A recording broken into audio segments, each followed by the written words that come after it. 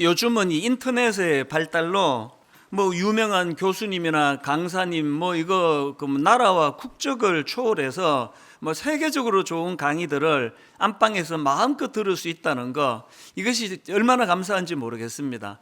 저도 이제 틈틈이 시간 날 때마다 이제 교수님들의 인문학 강의를 듣곤 하는데요. 최근에도 이제 어느 교수님의 강의를 요약한 아주 짧은 그 동영상 하나를 제가 시청을 했는데요. 우리나라 교육 현실을 뭐 통탄하는 그런 내용이 그 강의에 담겨져 있었습니다. 우리나라 청소년 사망 원인 1위가 자살이고, 이거는 지금 뭐 11년째 계속 이루어지고 일어나고 있는 일이고, 또 우리나라 청소년들의 행복 지수가 OECD 국가 가운데 꼴찌다. 그리고 이 모든 원인이 잘못된 교육 때문에 그렇다. 막 이런 것들을 이제 강조하는 그런 강의였는데요. 그 강사님이 강의 중에 이 프랑코 베라르디라고 하는 이태리 철학자를 언급을 하더라고요. 이 이태리 철학자가 우리나라에서 이제 몇 년간 그 생활을 했나 봅니다. 그런데 이제 우리나라에서 몇 년간 생활을 해본 이 이태리 철학자가 뭐 한국 사회에 대하여 막 엄청나게 혹평을 합니다. 그분이 우리나라 사람들의 삶을 네 가지로 그 개념을 정리했는데요. 첫 번째가 뭐냐? 대한민국은 무한 경쟁, 끝없는 경쟁의 사회라는 겁니다. 무한 경쟁이 갖는 표현하는 그 강한 표현이 뭐 와닿지 않습니까? 그런가 하면은 두 번째로 무한 경쟁, 끝없는 경쟁일 뿐만 아니라 대한민국은 극단적인 이기주의로 규정 지을 수 있는 나라라는 겁니다. 뭐 모든 인간이 다 이기주의고 다 그렇지만 대한민국은 막 극단적 이기주의, 자기 눈에는 그렇게 보이더라. 그런가 하면은 세 번째로 그 이태리 철학자가 언급하는 게 뭐냐? 대한민국을 보니까 일상의 사막화. 뭐 한국 사람들의 삶 자체가 사막처럼 삭막하더라. 그걸 강조하는 거 아닙니까? 마지막 네 번째로 그 생활 리듬의 가속화라고 표현했는데요. 영어로 가속화가 acceleration이라는 단어 아니면 그 단어도 굉장히 센 단어인데요. 이 철학자가 뭐 그 단어로도 모자란다고 생각했던지 그 앞에다가 하이퍼라는 접두사를 넣어가지고 하이퍼 acceleration, 이 하이퍼라는 단어가 과도하거나 지나침을 나타낼 때 사용하는 단어이기 때문에, 그러니까 이 하이퍼 액셀러레이션이라는 이 표현은 막 초가속화 사회, 막 너무 정신없이 돌아가기 때문에 뭐 정신을 차릴 수가 없다, 뭐 그런 표현이에요. 뭐 이태리에서 왔기 때문에 더 좀 비교가 되지 않았을까, 그렇게 짐작을 해보는데요. 뭐 이 이태리 철학자의 말을 뭐 한마디로 요약을 하자면, 내가 한국에서 살아보니까 이런 나라에서 어떻게 사는지 모르겠다, 뭐 그거 아닙니까? 제가 그런 강의를 이제 쭉 듣다가 보니까 아마도 이제 이런 강의를 듣고 나가지고 그 외국인 철학자의 평가에 대해서 어떻게 생각하십니까? 이렇게 물으면 둘 중에 하나 답이 나올 것 같아요. 그 과장이다.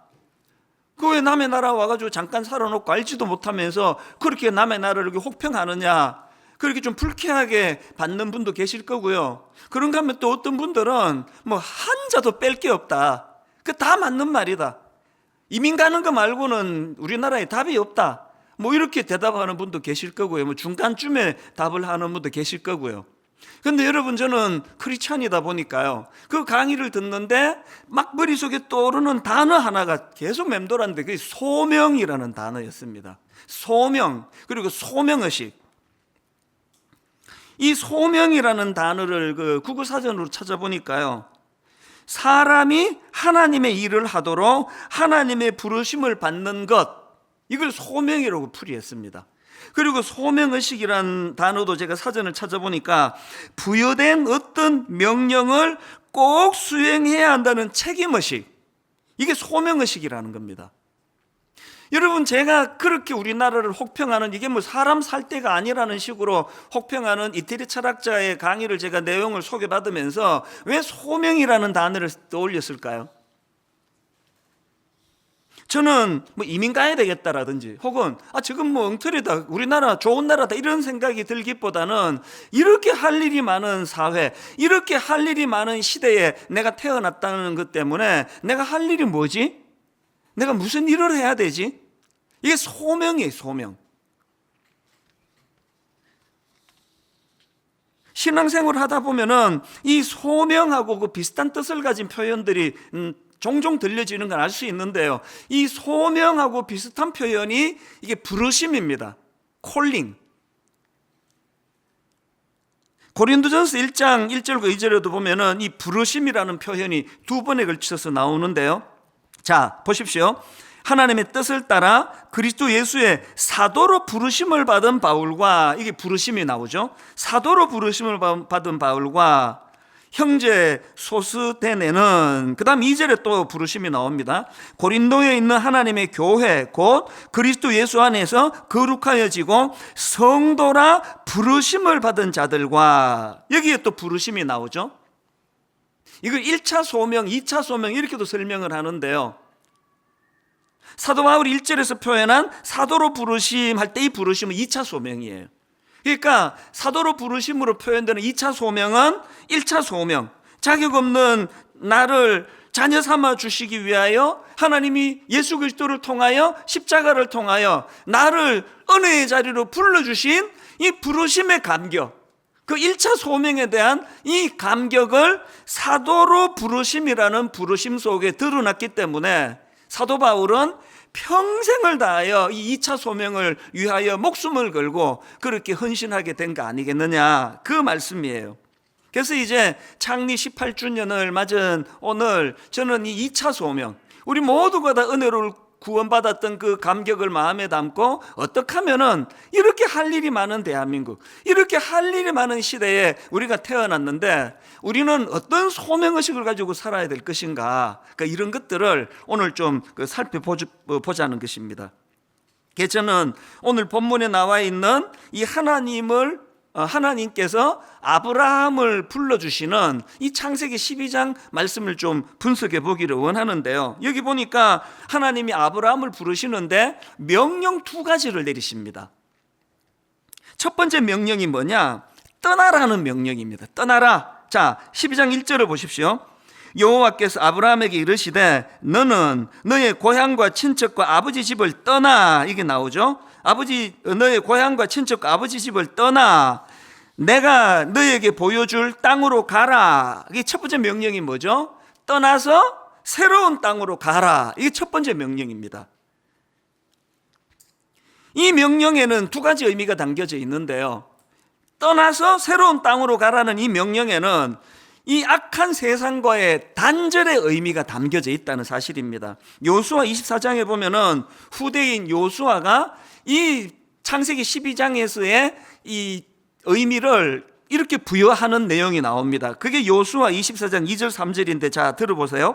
요수아가 모든 백성에게 이르되 이스라엘의 하나님 여호와께서 이같이 말씀하시기를 옛적에 너희의 조상들 곧 아브라함의 아버지 나홀의 아버지 데라가 강 저쪽에 거주하여 다른 신들을 섬겼으나 내가 너희의 조상 아브라함을 강 저쪽으로 이끌어내어, 이 떠나라는 이 말씀의 의미를 요수아는 어떻게 의미를 부여합니까? 다른 신들을 섬기고 있던 그 상태, 그것들로부터의 단절을 의미한다는 겁니다.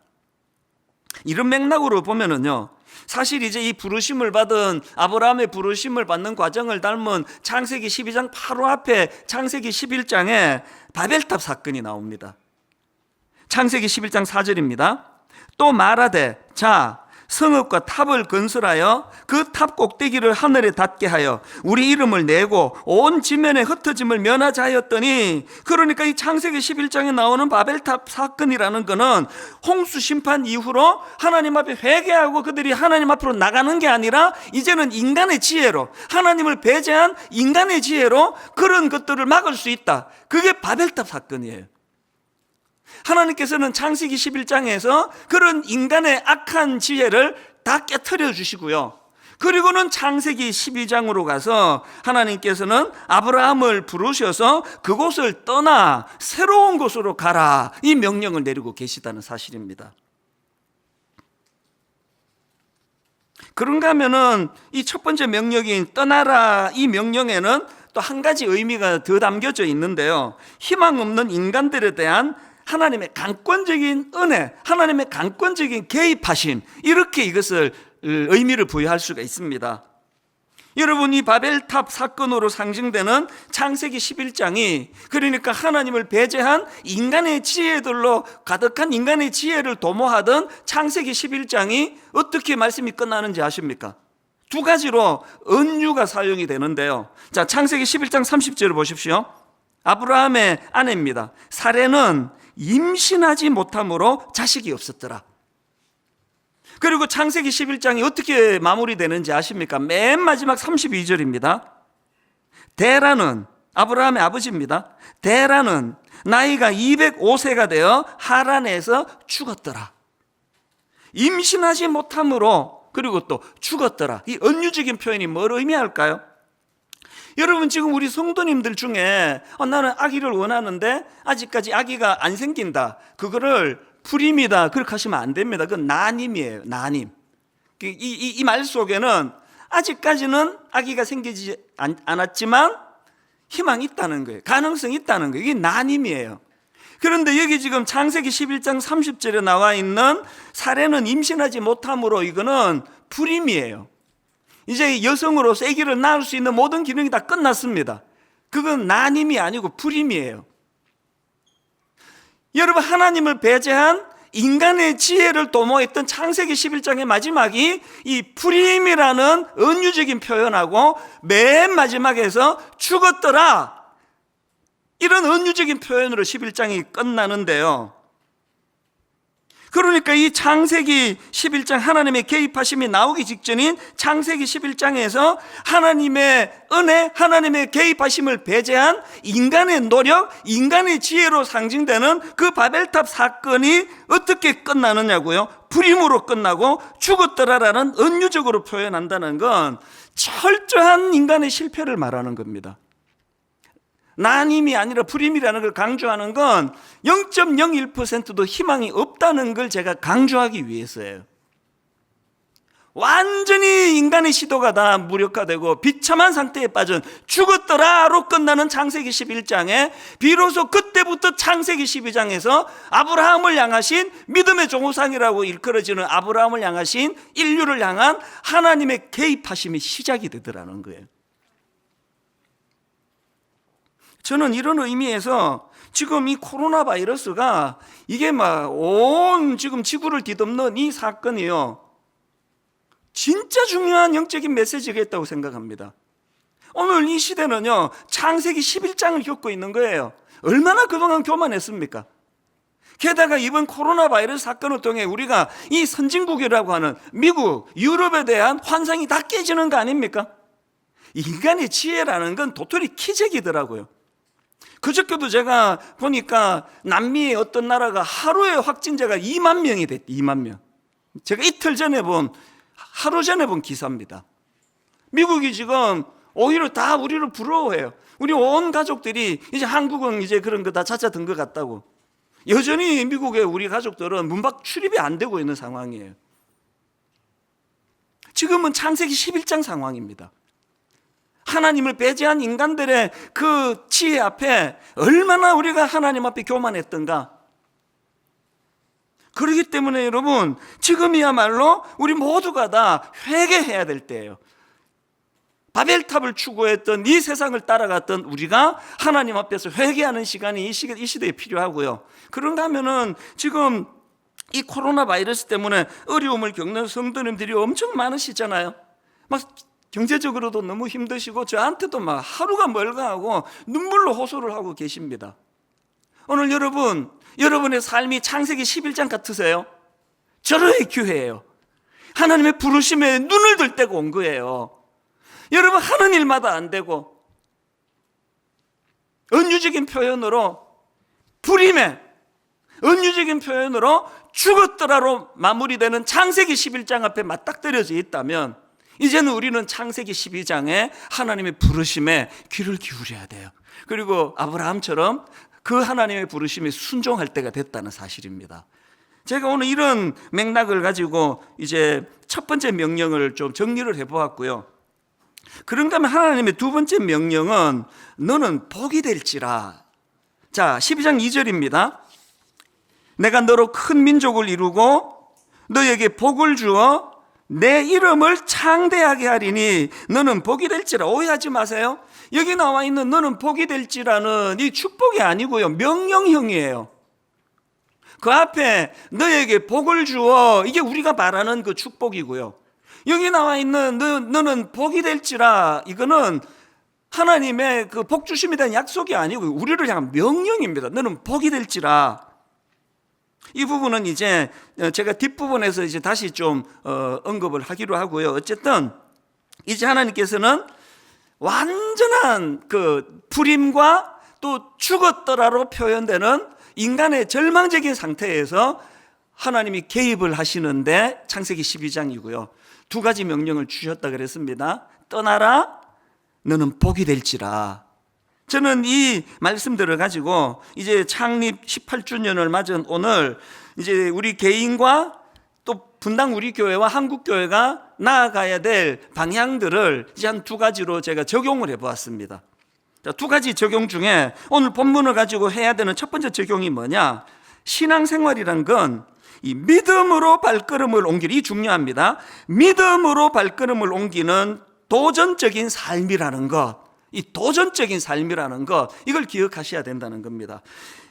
아브라함이요, 그 하나님의 그 도전장 앞에 이제 순종해서 이제 생전에 알지 못했던 미지의 세계를 향하여 아브라함이 발걸음을 옮기지 않습니까? 그런데요, 그 내용을 담고 있는 1절에서 굉장히 중요한 포인트 하나가 있습니다. 자, 1절 다시 보십시오.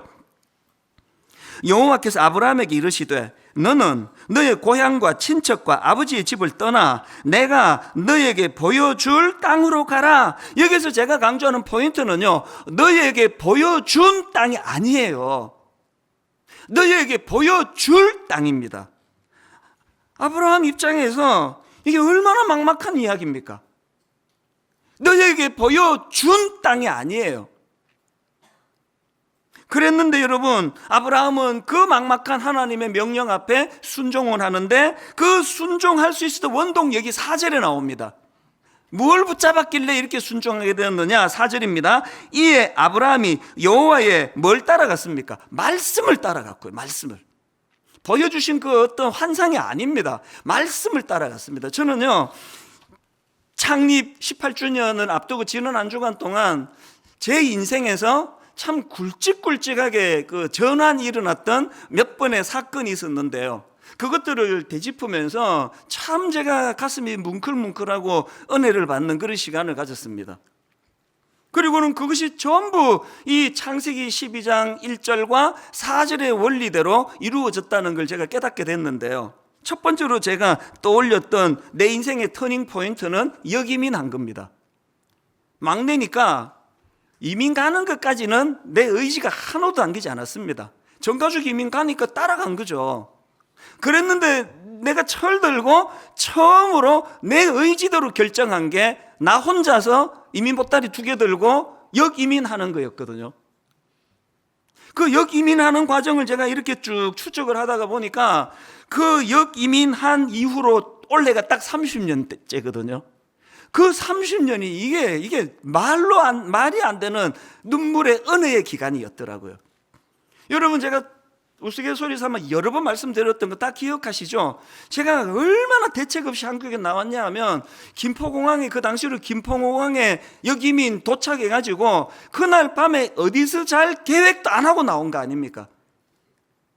공항에 내려가지고 그날 밤에 어디서 잘 계획도 없이 그냥 나온 거예요.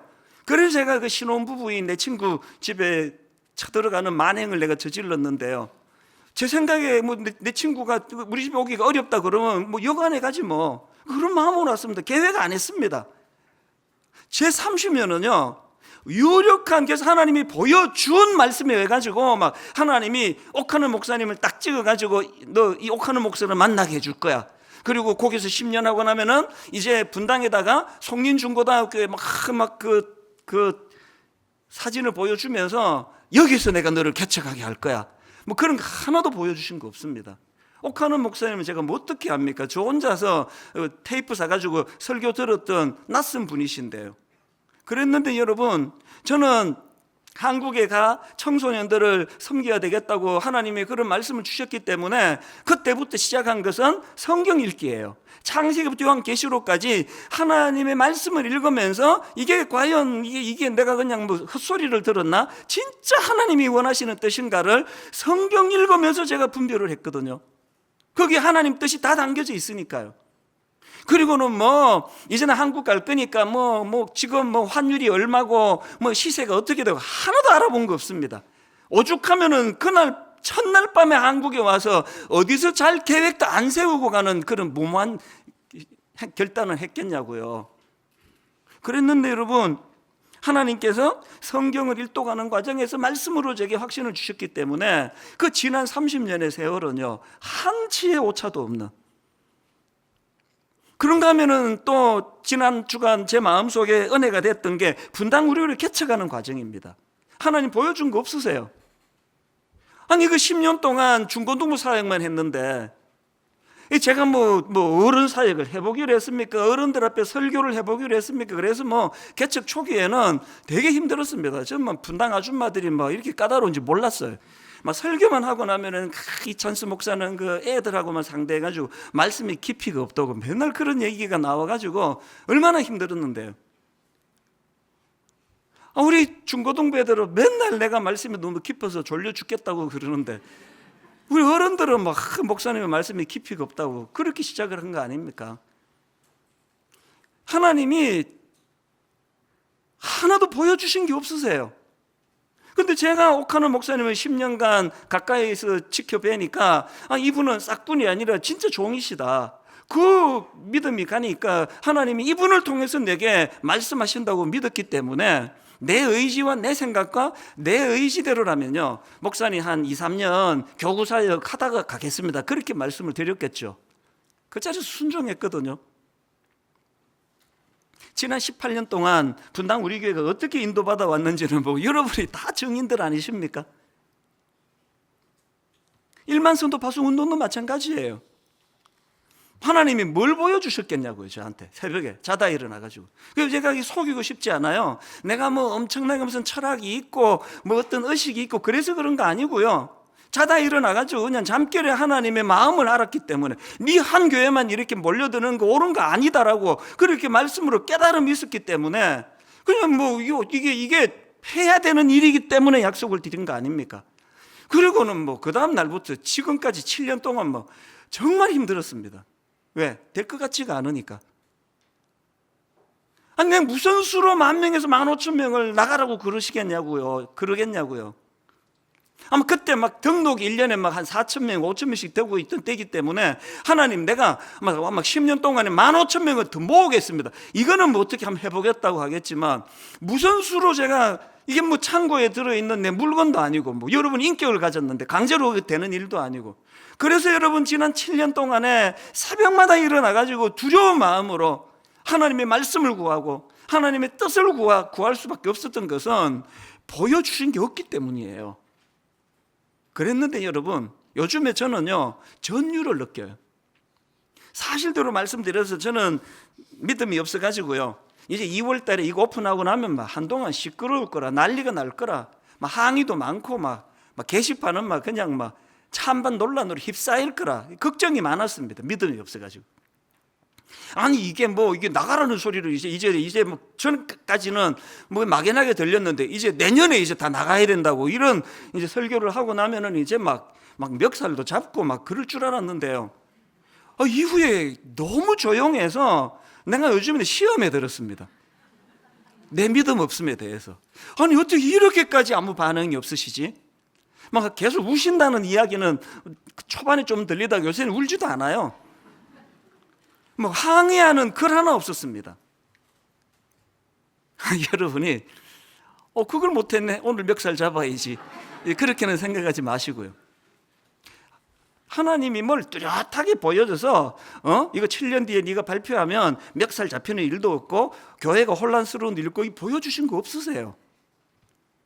이게 하나님의 뜻이기 때문에 순종했는데 하나님이 놀라운 방법으로, 그래서 지금 15 외부의 목사님 모시는 것도 솔직히 잠이 안 왔거든요. 내가 어떻게 알고 모시겠냐고요. 그랬는데 하나님의 놀라운 지혜, 이 자천이 아니라 타천, 그분의 인격과 그분의 믿음과 그분의 말씀의 은사를 경험한 타천으로만 이것을 받았는데요, 너무너무 이 방식이 이게 제 머리에서 나온 게 아닙니다. 하나님이 후배 목사님을 만나게 해주시고 팀을 만들게 해주시고 우리 교역자들 안에 참 지혜로운 교역자들을 하나님이 보내주셔서 저는 이게 땅 짚고 헤엄치기예요. 그러니까 이제는 막 확신이 드는 겁니다. 이제 여러분 기대하세요. 이제 이 1만 수도 파송 운동은요, 축제. 이게 무브먼트가 일어날 거예요. 어제 제가 우리 교역자한테 그런 이야기를 나눴는데요, 5,000명, 500명도 안 남을 것 같다. 30개 교회에 너무너무 하나님의 이 소명을 받은 너무나 신실한 1만 스승 같은 시키니까 하는 싹군 같은 종들이 아니라 사도 바울처럼 정말 하나님의 이 소명의식을 가지고 영적인 아버지와 같은 마음을 가지고 준비된 목사님들이지 30개 교회로 나누고, 그리고 저는 이제요, 이제 힘이 자꾸 빠져나가고 있는 상황 아닙니까? 아직까지는 버틸만 한데요, 지금 흰머리 한번 보세요. 흰머리. 나 여러분한테 18주년에 오늘 한마디 하고 싶습니다. 내 청춘 돌리도 내 42살 때 사진을 보면요, 흰머리 하나도 없어요. 그때는 60일 특별 새벽 기도를 하고도 멀쩡했습니다. 즉 일주일만 하고도 몸 좀 눕는 체력이에요. 이제는 저는 점점 이제 후패해져 가는, 저는 이제 진언해 아닙니까? 진언해. 그러니까 여러분 이렇게는 말하지 마세요. 떤 적도 없으면서 무슨 친다고 그래.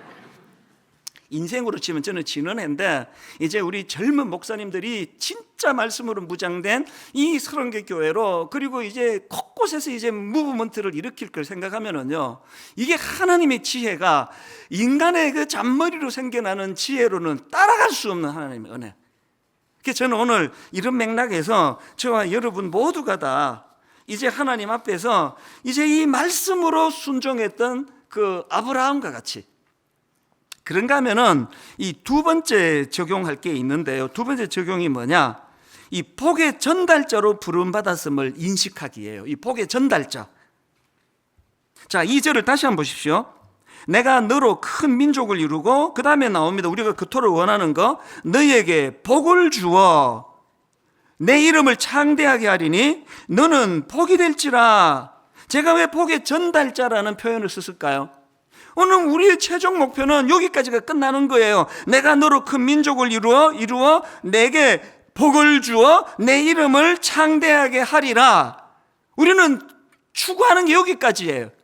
그런데 하나님 말씀 가만히 보니까 내게 복을 주어 네 이름을 창대하게 하는 거는 그 뒤에 이루어지는 일을 위한 수단이고요, 하나님의 궁극적인 목표는 우리가 하나님의 그 복의 전달자가 되는 거예요. 너는 복이 될지라. 이게 3절에서 더 구체적으로 나와 있습니다. 너를 축복하는 자에게는 내가 복을 내리고 너를 저주하는 자에게는 내가 저주하리니 땅의 모든 족속이 너로 말미암아 복을 얻을 것이라. 왜 우리가 하나님께 복을 구해야 되느냐고요? 복을 받아야 이 복을 흘려 보낼 수 있기 때문이에요. 곳간이 가득해야 하나님 앞에서 얻은 이 은혜를 흘려보낼 수 있는 거 아닙니까? 분당 우리 교회의 결정적인 분기점은요, 7년 사역을 하고 제가 풀러신학교에 가서 1년간 공부하고 복귀한 첫 주 설교했다고 저는 확신합니다. 그 설교 기억하세요? 요셉의 창고를 열어라. 하나님이 요셉에게 복을 많이 주셨기 때문에 이제 온 세계가 다, 온 나라가 기근에 빠져 있을 때 요셉이 창고를 열었던 것처럼 하나님이 지난 개척하고 7년 동안 말로 다 할 수 없는 복을 우리 교회에 부어주셨기 때문에 이제 안식년 다녀온 이제 분당 우리 교회 2기 그 받은 복을 흘려보내기를 선언한다고. 그랬을 때 여러분이 엄청난 헌금을 해주셨고요, 그래서 복지재단이 본격적으로 활동을 시작했고, 구성남시가지에 있는 거기에 지역 아동센터를 만들고 다문화 가정들을 우리가 섬기는 일을 했고, 그 모든 출발이 그때 시작이 됐거든요. 똑같은 원리입니다. 여러분, 요셉의 복을 창세기 39장 5절의 원리를 가만히 한번 보세요. 그가 요셉에게 자기의 집과 그의 모든 소유물을 주관하게 한 때부터, 옆에 잘 보세요. 여호와께서 누구를 위해서예요? 요셉을 위해서예요. 여호와께서 요셉을 위하여, 그 다음에 그 누구에게 복이 내립니까? 그 애굽 사람의 집에 복을 내리심으로. 다시요, 여호와께서 요셉을 위하여 요셉의 집에 복을 내리는 게 아니라 그 애굽 사람의 집에 복을 내리셨어요. 이게 창세기 2장에 나오는 원리예요. 하나님이 아브라함에게 내게 복을 주어, 이 최종 목표가 아닙니다. 그 복을 받은 아브라함이 복의 전달자로 너는 복이 될지라. 왜 우리가 복을 못 받는지 아십니까? 아까 보여주면 내가 발걸음을 떼겠습니다. 그래서 도전하지 않는 그것 때문에 복을 못 받는 원인이 하나 있다면, 또 하나는요, 복 받는 게 최종 목표이기 때문에. 이런 상태로 복 주면 우리 큰일 납니다. 타락하고 망하고 이혼하고 어려움을 겪고 다. 그래서 저는 지난 한 주간 동안 꿈 넘어 꿈, 참 하나님 앞에 형통의 복을 누리기 원합니다. 이 우리가 꾸는 꿈이에요. 그 꿈만 꾸는 게 아니에요. 꿈 넘어 꿈이 뭐예요? 그 꿈이 이루어졌을 때 내가 할 수 있는, 내가 해야 되는 목표가 있는 거, 그게 꿈 넘어 꿈입니다. 여러분, 복 받기 원하세요? 꿈 넘어 꿈을 꾸세요. 주신 이 복을 어떻게 흘려보내기를 원하느냐? 하나님이 요셉을 위하여 그 애굽 사람의 집에 복을 내림으로. 지난 코로나 바이러스가 터졌을 때 우리 모두가 십시일반해가지고 여러분들이 정말 32억 8천이라고 하는 어마어마한 헌금을 해주셔가지고 많은 미래자립교회, 미자립교회를 섬길 수 있었다면, 지금 홈페이지에는 선교사님을 위한 계좌번호를 제가 또 개설을 했습니다. 지금 믿음으로 선교 각지에 있던 수많은 선교사님들이 어려움을 겪고 있고, 그분들이 지금 국내로 귀국을 했을 때 머물 집이 없다는 이야기를 듣고 제가 거기에 다시 올렸습니다.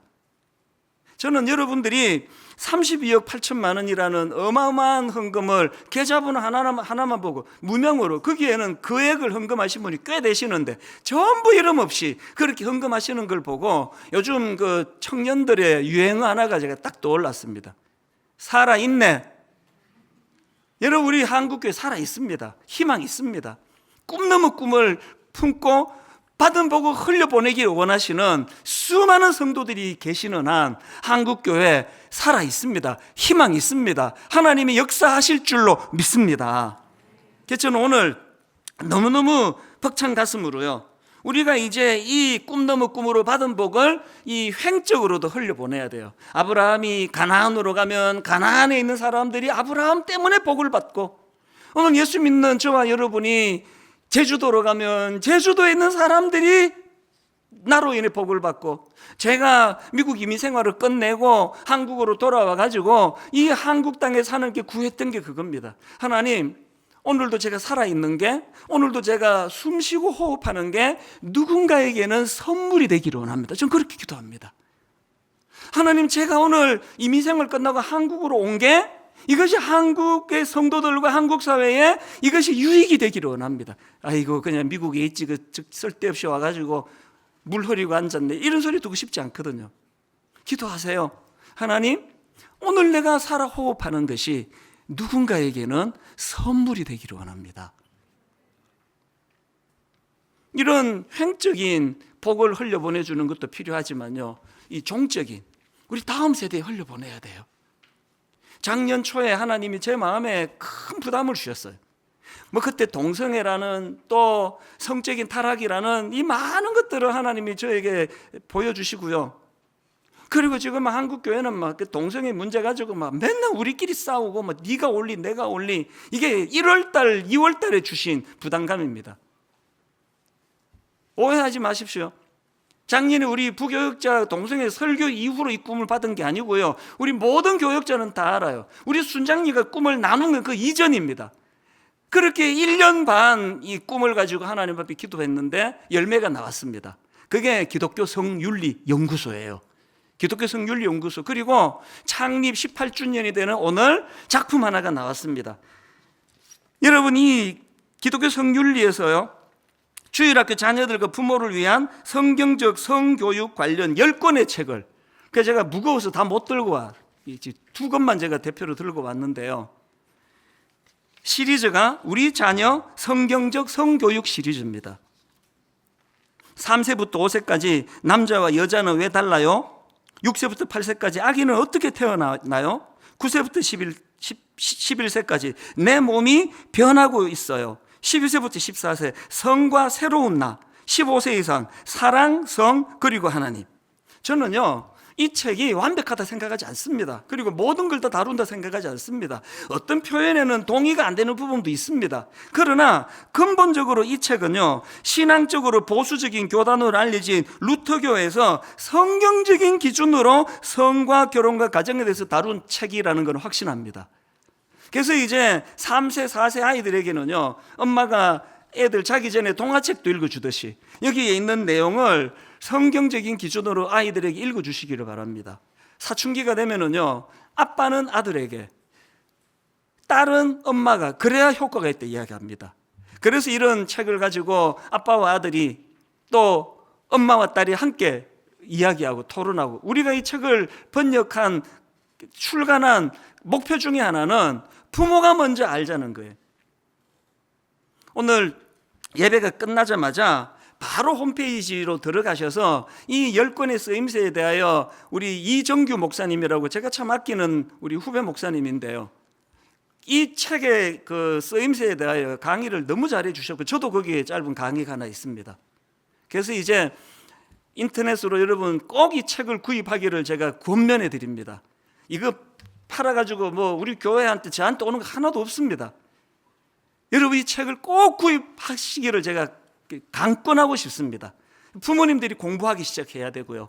그런가 하면은 예배 마치고 여러분들이 이제 정말 하나님 앞에서 이제 내가 받은 이 복을 우리 자녀들에게 흘려보내야 되겠다. 이 성윤리연구소가 궁극적으로 꿈꾸고 있는 게 이게 영상 콘텐츠를 제작하는 겁니다. 요즘은 다음 세대 우리 아이들은 그 영상 세대라 그러지 않습니까?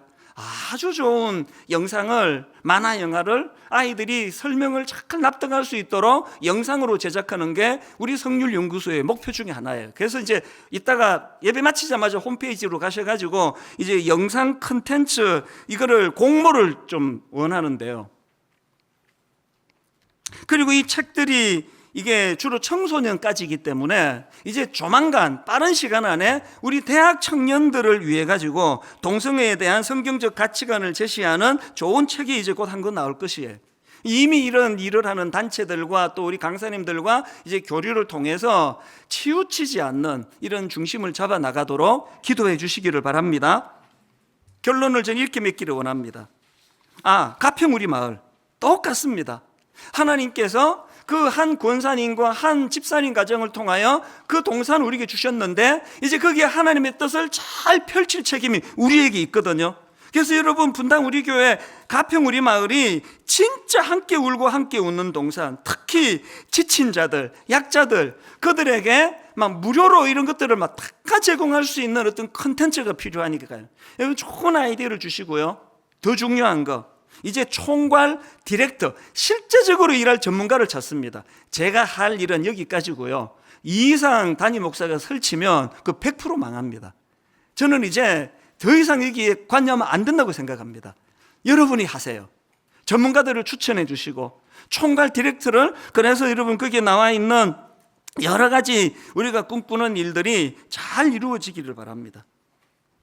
이제 저는 한 가지만 더 살펴보고 말씀을 마무리하기를 원하는데요, 이 모든 것을 주도하시는 분이 하나님이시라는 것, 이것으로 결론을 맺어야 합니다. 자, 오늘 본문 12장 2절과 3절 뭘 강조하는지를 보시면서 읽고 마무리하겠습니다. 자, 보십시오. 내가, 여호와 하나님을 두고 하는 당신의 표현입니다. 내가 너로 큰 민족을 이루고, 그리고 우리말에는 빼버렸지만요, 그 히브리어로 보면은 관로에 있는 것들이 다 들어있는 내용이에요. 자, 다시 읽어드립니다. 내가 너로 큰 민족을 이루고, 내가 너에게 복을 주어 내가 너의 이름을 창대하게 하리니 너는 복이 될지라. 너를 축복하는 자에게는 내가 복을 내리고 너를 저주하는 자에게는 내가 저주하리니. 여러분, 이 5번에 나와 있는 내가 뭘 강조하는 겁니까? 오늘 이 설교 듣고 맞아, 나 도전해야 되겠다, 맞아, 한번 내가 변화돼야 되겠다, 이게 설교 잘못 들으신 거예요. 창립 기념주일 우리가 하나님 앞에 내려야 되는 결론은 하나님은 오늘도 주권적으로 일하신다는 거. 창세기 11장에서 불임과 죽었더라로 표현되는 인간의 비참한 역사 앞에서 오늘도 하나님은 주권적으로 창세기 12장을 열어가고 계신다. 하나님의 이 주권 앞에 순종하며 나가야 되겠다. 이것을 결심하는 그런 창립 기념주일이 되기를 바랍니다. 시편 16편 2절 읽고 말씀을 마치겠습니다. 내가 여호와께 아뢰되 주는 나의 주님이시오니 주 밖에는 나의 복이 없다 하였나이다. 내가 여호와께 아뢰되 주는 나의 주님이시오니 주 밖에는 나의 복이 없다 하였나이다. 이 사실을 철저하게 인식하고 하나님을 배제하고 바벨탑을 쌓고자 하는 이 시대에 절대로 거기에 흔들려 끌려가지 아니하고 창세기 12장에 주도하시는 하나님 앞에 순종하는 아브라함과 같은 믿음의 성도님들 되시기를 주님 이름으로 축원합니다.